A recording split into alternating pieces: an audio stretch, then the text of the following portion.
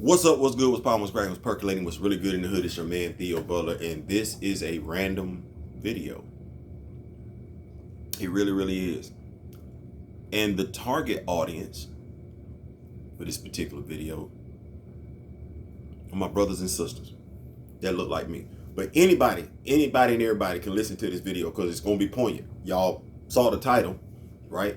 You clicked on it for a reason. You're gonna enjoy this one. But before we continue, y'all know how we do it. Trying to grow the channel and everything like that, trying to get as much knowledge out there. Let's go ahead and click like, share, subscribe. If you like it, click it. If you don't like it, click don't like. Got a comment, leave a comment. If I do something you don't like, let me know. I'm always looking for ways to improve. And I never look at it as that I'm always right. There's always room for growth. But this video though,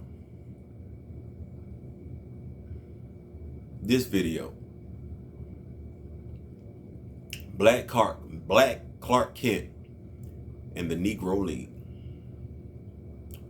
Why did I pick that title?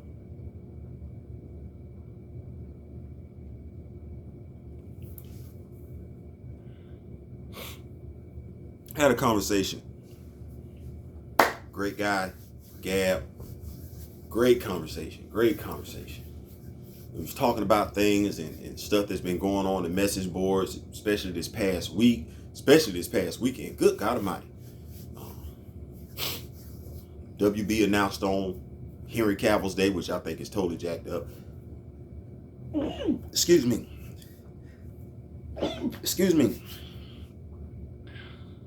That they were going in a different direction in regards to Superman. They're going to make Clark Kent black. Long story short. That outraged some people. And it made some people feel good. The people that were upset fall into two camps. I'm not going to say exactly what the second camp is because I'm going to let y'all figure that out on their own. But one of the camps are comic book purists, such as myself. Comic book purists don't have an issue with a black Superman. They don't. We don't. We have an issue with Black Clark Kent. The reason why we have an issue with Black Clark Kent is because we know there's a black icon sitting out there, there's a black Val Zod sitting out there, and there's a black Kal-El sitting out there. That's why we have a problem with a Black Clark Kent. We're like, why don't you just use the black characters you have? Why don't you develop them? Why don't you tell their stories?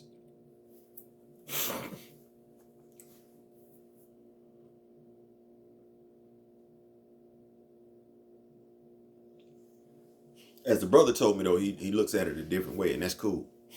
We learn a lot from looking at life through another person's eyes. We do. We think we don't, but we do. We don't appreciate that. We don't appreciate that enough. We actually look down and frown upon it as a society, and I don't know why. But I understood where the brother was coming from. And I gave him an example. But as I sat back on my sofa,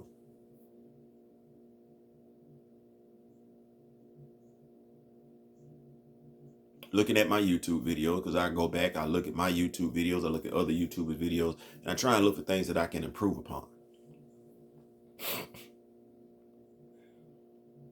But Theo, hurry up and get to the point. You had 3 minutes and 59 seconds. You said the Negro League. You know we had a Negro League. We weren't satisfied with it. Where's the Negro League at now? And how do we get treated in Major League Baseball?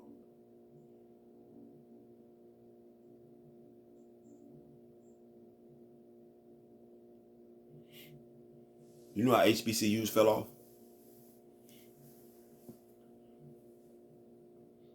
We saw more value going to the more traditional schools than we did going to our own HBCUs. And all they had to do was open the door. Once they opened the door, we left and we never came back. Sure, you're starting to see a turnaround, but I can tell you, having talked to some people my age, that we value Alabama more than we value Alabama A&T. we put more stock in theirs than we put in our own. As I mentioned earlier, Milestone Comics have been out. I rotated from Okinawa, Japan, back to the United States of America because somebody in Okinawa, Japan, a fellow service member, told me about Milestone Comics and to make sure that when I get back stateside to look for them at my local comic book store. And I did exactly that. I knew who Dwayne McDuffie was before we got Static Shock, and I'm proud of that. I wish the dude was still here. I'm of the mindset that some of the foolishness that's going on in the comic book industry wouldn't be. But let's go back to this whole thing. Black Clark Kent and the Negro League. And why was I trying to draw a reference? Was I reaching? No, I wasn't. Because you see more value in a Black Clark Kent than you see in Icon, Val-Zod, and Kal-El. No different than we saw more value in Major League Baseball. No different than we see more value in their colleges because we feel like we stand a better chance of making it to any pro level league if we attend those universities. Therefore, devaluing the stock of our own. We're not tired of that yet.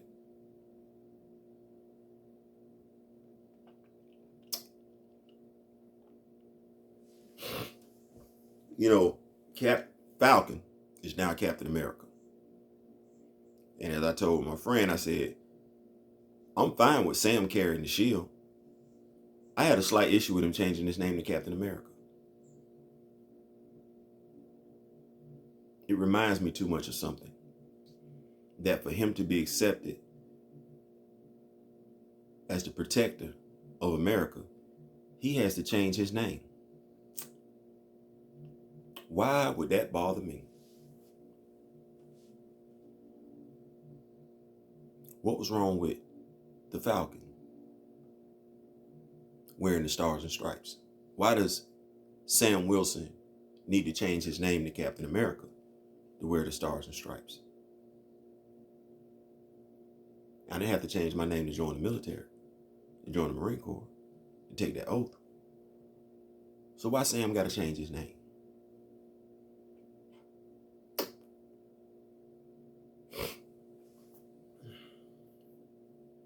So me for mine,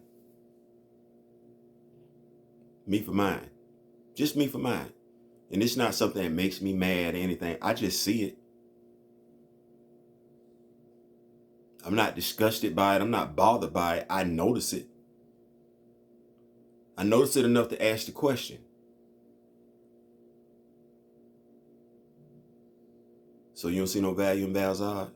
You don't see no value in Icon? You don't see no value in yourself? That's where I'm taking it. You don't see any value in yourself. So much so to the point that you have to adopt the identity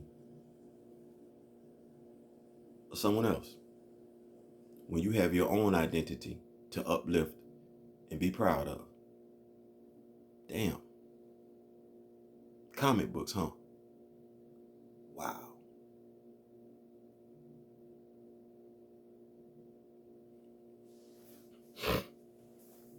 Some of y'all got what I just said. Some of y'all care about what I just said. And some of y'all don't.